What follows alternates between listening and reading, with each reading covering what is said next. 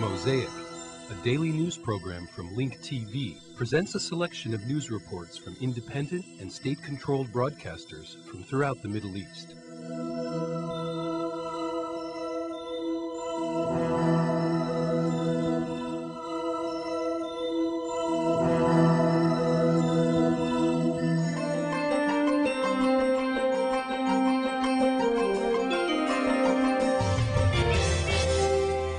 Damascus withdrew the last of its 15,000 soldiers on April 26 last year after international pressure and massive protests in Lebanon over the assassination of Rafiq al-Hariri. Today, and a year after the Syrian withdrawal, March 14 delegations will visit the tombs of Cedar Revolution martyrs. However, despite the fact that Syrian troops withdrew from Lebanon, there remains controversy on whether independence was truly achieved. 1 year after Syria withdrew from Lebanon's Bekaa Valley, no signs remain of Syria's presence except for a few traces left by soldiers on the walls of abandoned mountain bases. The bases in Alay, which overlook Beirut, have been left as they were a year ago. But although it appears as though Syria is out of Lebanon, some contend that the influence of Damascus continues. The positiveness of this operation was not displayed on the Lebanese scene because there were leftovers. The Syrian intelligence, agents of Syria, militias still related to Syria and Iran, and all these together, of course, have impeded on Lebanon's aim and eager to restore total stability. The battle is not over. The withdrawal has taken place. It's a good thing. It's 1 year has passed. It's a kind of disintoxication from Syrian presence and Syrian hegemony. It is still going on, but we still have to continue and achieve our battle for democracy. Damascus withdrew the last of its 15,000 soldiers on April 26 last year in a hurried exit from Lebanon after international pressure and massive protests in Lebanon over the assassination of former Premier Rafiq al-Hariri about 2.5 months earlier. MP Marwan Faris, a representative of the Syrian Socialist Nationalist Party, claimed the United States had replaced Syria's presence and was now interfering in Lebanon's interior matters. He said Lebanon was able to manage its own business, but only if the Lebanese-Syrian relationships were regulated in the framework of common interests of both countries and mutual respect, and without any foreign interference in Lebanese interior matters. In a videotape diffused on Islamic internet website, Al-Qaeda leader Abu Musab al-Zarqawi promised to defeat the United States. Zarqawi appeared with long beard, listening to the Mujahideen, informing him of the latest developments in Ramadi, west of Iraq. Zarqawi, who appeared in another part of the tape, sitting with a rifle to his right, also warned to kill Iraqi police and army men. Egyptian police detained yesterday at least 10 people, including 3 computer engineers, in connection with the bombing in Dahab that killed at least 18 people and wounded scores. Meanwhile, locals continue to demonstrate against the attacks, holding up "Stop the War" placards and banners. Yumna Tayyara has the latest developments. Egypt's Interior Ministry confirmed 18 deaths among 4 foreigners, a Russian, a Swiss man, a German child, and a Lebanese national. There was no immediate claim of responsibility for Monday's attacks, which brought scenes of carnage to the Dahab resort. The UN Security Council strongly condemned the terrorist bombings that ripped through Egypt's Red Sea tourist resort of Dahab and killed 18 people. In a statement, the 15-member council underscored the need to bring the perpetrators, organizers, financiers, and sponsors of these intolerable acts to justice, and urges all states to cooperate with and provide support and assistance as appropriate to the government of Egypt. It reaffirmed that terrorism in all its forms and manifestations constitutes one of the most serious threats to international peace and security, and that any acts of terrorism are criminal and unjustifiable, regardless of their motivation, wherever, whenever, and by whomever committed. As night fell next to the bomb scene, a candlelight vigil was held for the victims. Locals continued to demonstrate against the attacks, holding up "Stop the War" placards and banners. All three Sinai bombings were timed to Egyptian national holidays, when resorts were specially crowded with local tourists as well as foreigners who flocked to the normally idyllic seaside towns, the world-renowned beaches and extraordinary reefs. The attacks came just one day after Al-Qaeda leader Osama bin Laden had urged Muslims to support Al-Qaeda in what he called a war against Islam. The World Economic Forum said it would go ahead with plans to hold a meeting of Middle Eastern government and business leaders in Sharm el-Sheikh on May 20 and 22.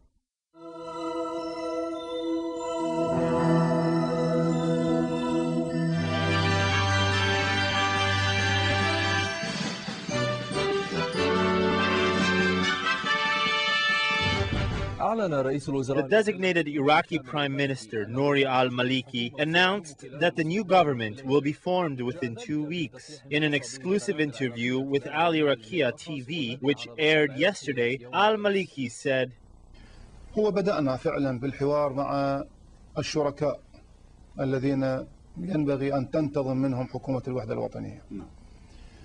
وعرضنا عليهم We have actually begun talking with our partners who will join us in forming the national unity government. We asked them to tell us about their ideas and what ministries they want. We told our brothers about adhering to a political program that depends on the results of the elections. The results of the elections will be the basis of forming ministries and allocating different political and ministerial positions. We decided on the political program which we presented during the many meetings which we held. That we held. God willing, we will finish forming the government and present it to the parliament in 15 days. التي اتفقنا عليها سابقا كانت مساعدة لنا بشكل كبير. لذلك أنا أضع سقفا إن شاء الله 15 يوم سننتهي من تسمية الوزارة وتقديمها إلى مجلس النواب. Prime Minister Nouri al-Maliki talked about Iraq's efforts to form unique bonds with neighboring Arab countries and build on mutual respect. He stressed that everyone must respect Iraq's sovereignty and not intervene in its internal affairs to ensure good relations and protect mutual interests.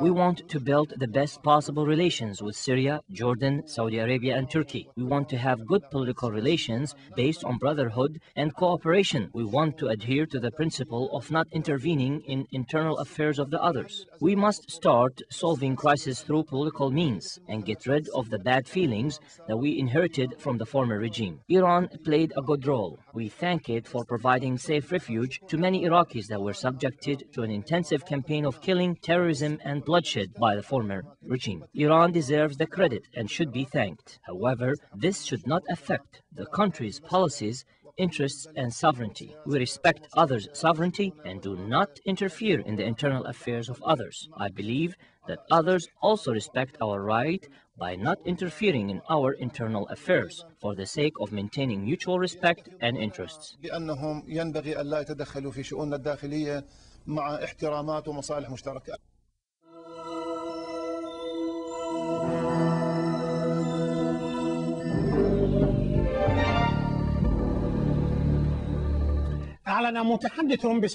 According to a spokesman for the U.S. Department of Defense, a joint American and Iraqi committee visited 6 Iraqi detention centers administered by the Iraqi Ministry of Interior. The committee cited a number of violations, including torture and abuse of prisoners. Meanwhile, many Iraqis called on making the militia part of the Iraqi army. According to observers, making the militia part of the army will worsen the security situation because these militias were responsible for many violations, including abuse of detainees by the special forces of the Shiite-led Ministry of Interior.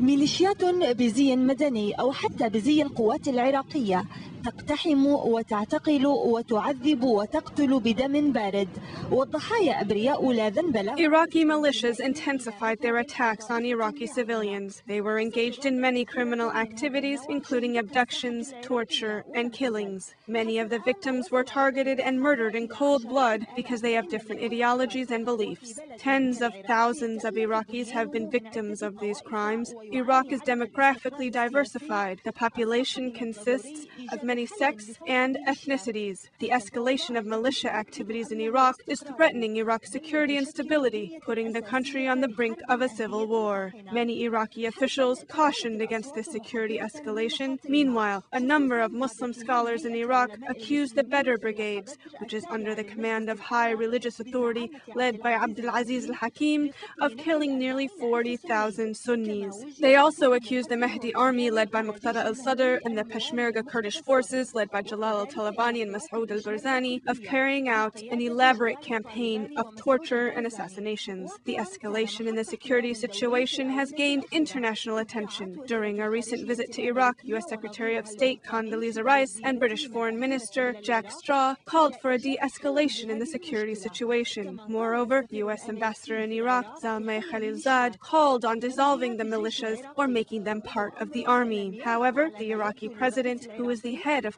the Kurdish Peshmerga, rejected the American proposal, confirming that they are special forces and not militias. Many critics believe that making the militias part of the Iraqi army will not solve the problem because their loyalty will be to their leaders and not to Iraqi officials. For instance, the Iraqi Minister of Interior, Bayan Jabr Sulala, gave orders to his special forces to pledge loyalty to the Badr Brigades. A number of Badr units joined the Iraqi army, and some of these soldiers committed criminal acts against Iraqi civilians. According to the Washington Post, the American forces cited a number of violations against Iraqi prisoners in 6 detention centers run by the special forces of the Iraqi Ministry of Interior. More incidents of prisoner abuse and torture were reported in November 2005. Nearly 173 Iraqi detainees were housed in secret detention centers and abused by the special forces of the Iraqi Ministry of Interior. This status quo in Iraq is getting worse, and a solution must be worked out before the security situation spirals out of control. The Iraqi militias must be disarmed as a first step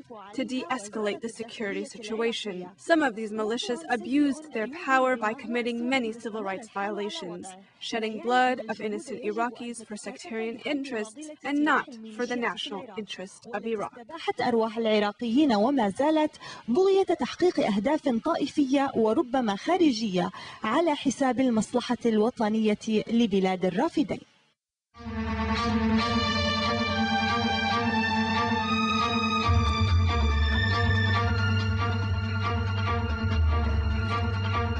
The Iraqi Ministry of Interior has disclosed a new security plan in Baghdad, which they named One Standard of Justice. The Iraqi Army, the Special Forces of the Interior Ministry, and the multinational forces took part in this security operation. Mr. Ali Ghalib, Iraqi Deputy Ministry of Interior, confirmed that this security operation started to bear fruitful results.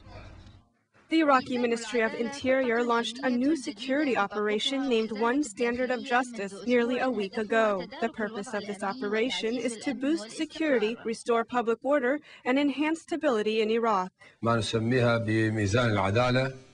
The One Standard of Justice is a wide-scale military operation implemented by the Iraqi Army and Special Forces of the Interior of Ministry and the multinational forces. They targeted specific areas in and around Baghdad, and the results were very encouraging. Mr. Ali Ghalib confirmed that the Iraqi Ministry of Interior adopted a new ordinance that will be implemented soon to regulate the work of private security corporations. The Iraqi Ministry of Interior adopted a new ordinance to recognize and regulate the work line of private security corporations in terms of personnel, types of weapons used, and the company's missions and objectives. The Ministry of Interior will monitor, regulate, and evaluate the work and performance of these corporations. Once again, our evaluation will be based on the corporation's missions and objectives, personnel, types of weapons used, and sources of general funds. والموارد المالية.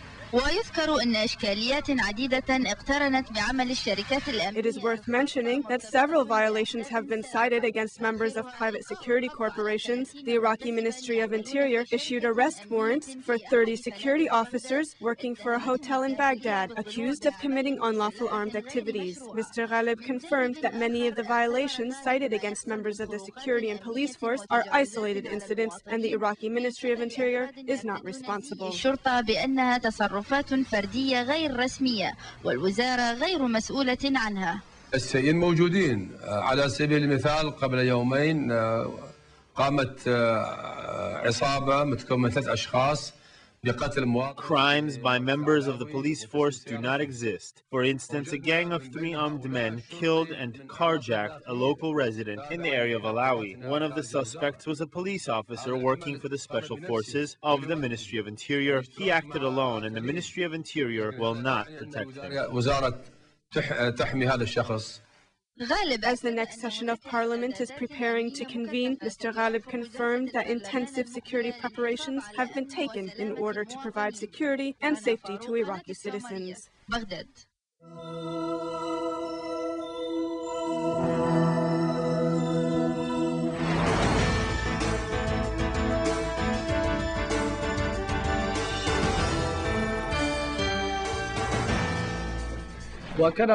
The Iranian President Mahmoud Ahmadinejad, during his meeting with his guest, Sudanese President Omar al-Bashir, discussed their mutual important Arabic and Islamic issues.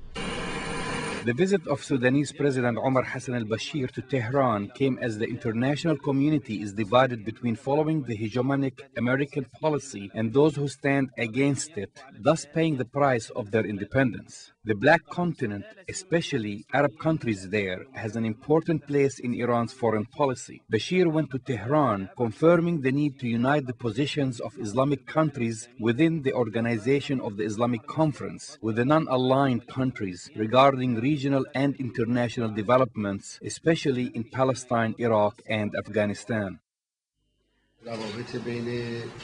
The policies of the 2 countries are based on supporting one another's positions in the international arena. Both countries and both people oppose the aggression of certain powers. We defend the unity of Sudan because it cannot be separated from the Islamic world. The Iranian nuclear file and the case of Darfur were important topics of discussion between Tehran and Khartoum. Both accused certain powers of trying to politicize these issues. President Bashir stressed the right of all countries to possess peaceful nuclear technology, considering Iranians' power represents a strong force for all Islamic countries. For their part, Iranian officials called on Sudan to continue the policy of peaceful coexistence and not to be influenced by the efforts aimed at making divisions and escalating sectarian strife for political gain.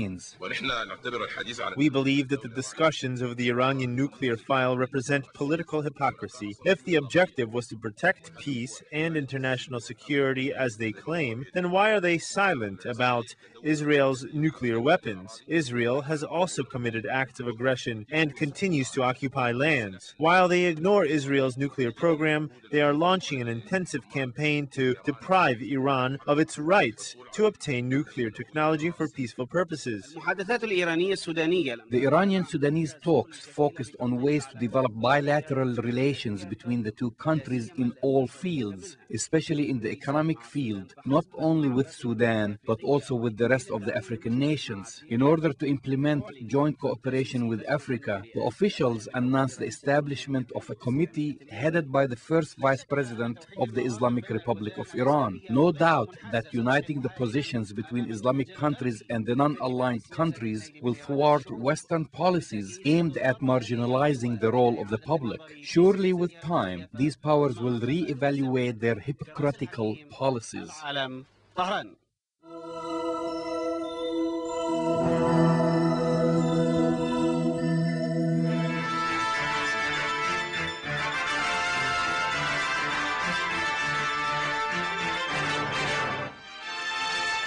In the Sudanese state of West Darfur, local and state police celebrated the arrival of a new police fleet, which will be used to increase security and stability in the region. The Lieutenant Governor of West Darfur and State Police Chief and top brass of the local police department attended this event. The police chief stressed the importance of enhancing security in order to protect Sudanese citizens. In honoring the police department in West Darfur for its superb role in maintaining security in the region, the state issued a new fleet of patrol cars.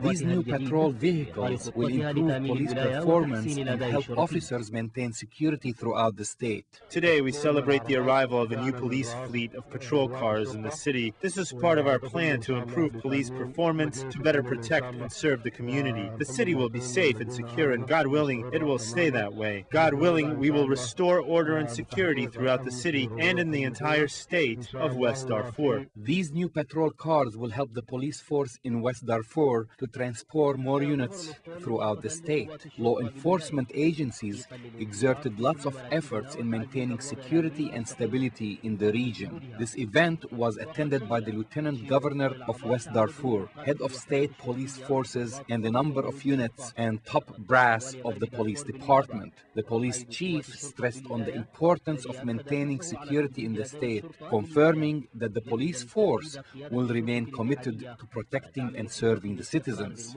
These new patrol cars are here. We now need to increase our efforts and improve police performance. God willing, our men in uniform will make sure that there will be no further problems in West Darfur. God is great, God is great, God is great. God willing, the new police fleet will be deployed to guarantee the security and safety of the people in the state of West Darfur.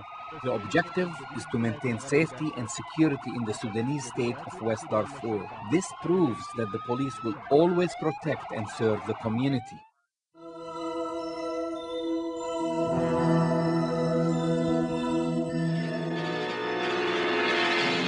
Russia and China blocked UN sanctions on Monday against 4 Sudanese held responsible for abuses in Darfur. However, the United States said it would force a public vote on the issue. The 4 men were whittled down from a longer British list. Both the Russian and Chinese ambassadors told reporters that it was not the time to impose a travel ban or an assets freeze on Sudanese individuals because of the ongoing peace talks on the Darfur conflict held in Abuja, Nigeria. They did not make clear if they would approve the embargoes later. A council sanctions committee on Thursday distributed the 4 names for approval to all 15 council nations. Had no one objected, the list would have been adopted on Monday. However, China on Monday submitted a letter to the committee saying the sanctions panel should discuss the issue further. Russia made its objection known in a telephone call, saying it aligned itself with China. However, the U.S. said it wanted a resolution that would impose the sanctions, thereby forcing Russia and China to approve, abstain or veto the action publicly. The Security Council approved the resolution in March 2005 calling for a freeze on assets overseas and a travel ban on individuals who defy peace efforts vital to human rights or conduct military overflights in Darfur. Russia, China, Algeria and Pakistan abstained. Qatar, the only Arab member of the council, also objected. The Darfur conflict erupted in early 2003.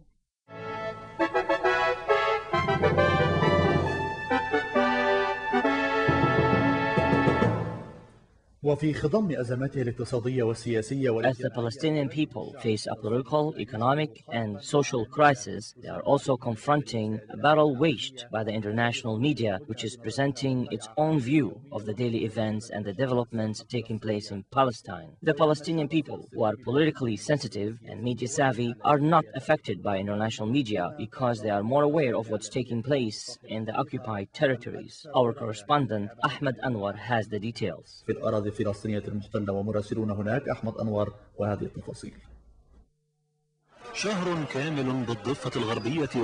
a whole month, while on the Gaza Strip and the West Bank, I tried very hard to listen to the radio program Hunan al-Qahira, This is Cairo, which is broadcast by Egyptian media. But the only channels I could get were local radio and television channels such as Amwad, Ajial, and Angam. We broadcast for Nile News TV, reporting the news in the occupied Palestinian territories, in Gaza, in Ramallah, in Bal Ain, and Beit Siga. Palestinians get their news from more than one source, from radio, television, newspapers, the internet, and the Jawal cell phone. This is how they confront the occupation. Have they succeeded or not? During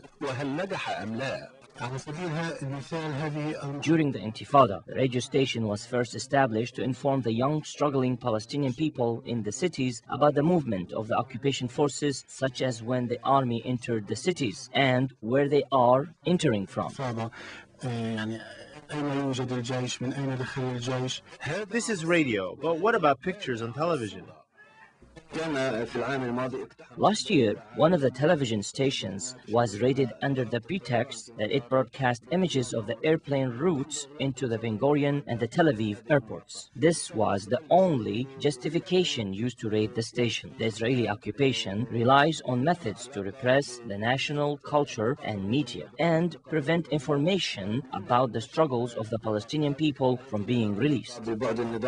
As for newspapers, there is Al-Quds, Al-Ayam, and Al-Hayat Al-Jadida. Sama Afif, the editor-in-chief of Al-Risala, says that the occupied forces target his newspaper because it reveals how these forces carry out operations against civilians. The Risala was subjected to Israeli aggressions. The Israeli state targeted the newspaper by launching missiles from Apache helicopters at the office. Of course, there were material damages to the Risala office. Thank God there were no injuries among the employees because the attack came in the middle of the night.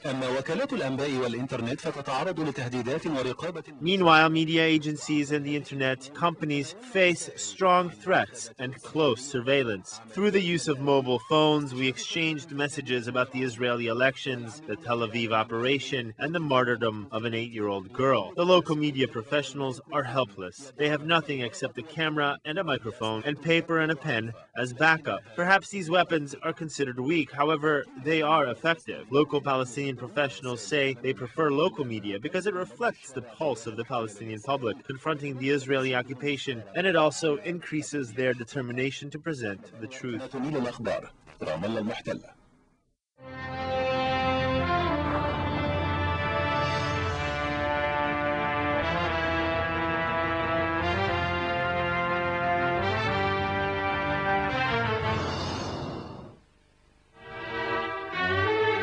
The first theater festival at Mosul University, in cooperation with the School of Fine Arts, is currently taking place. A number of local actors participated in the event.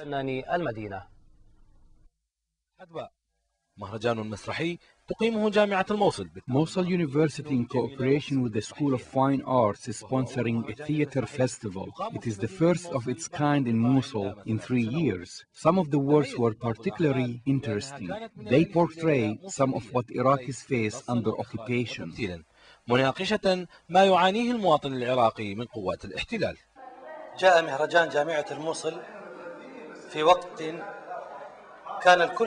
The Mosul University Festival came at a time of need for comic relief. It brought together local artists to collaborate and create a unique ensemble, especially after what this country has endured and the long period of inactivity in which art has declined. بهذا البلد وظروف الانقطاع الطويل اللي أصبح الفن في سبات.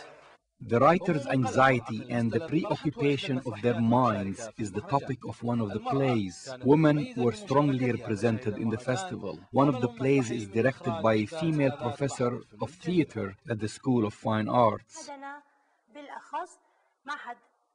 The School of Fine Arts is participating with 3 plays, including My Father's Box, written by Amr Sami, who also has a role in the play, and it's directed by me. عامر سامي وهو نفس الممثل والإخراج من إخراجي أنا الست رفاء المصري. Better to come now than never. These were the words said by the people working to make the festival happen, believing in the popular proverb, "Give me bread and theater, and I will give you a cultured people in return."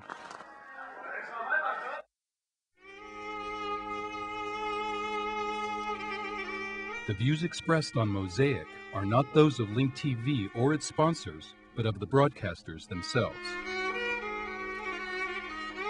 Mosaic is made possible by a grant from the John S. and James L. Knight Foundation, which promotes journalism excellence worldwide and invests in the vitality of 26 U.S. communities, and the William and Flora Hewlett Foundation.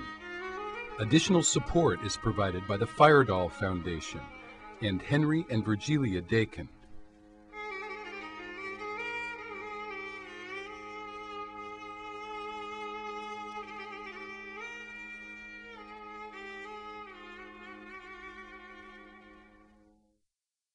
This program is brought to you by Link TV for educational and non-commercial use only. For a transcript of this program, to watch streaming video, or for instructions on how to receive Link TV in the United States, visit linktv.org.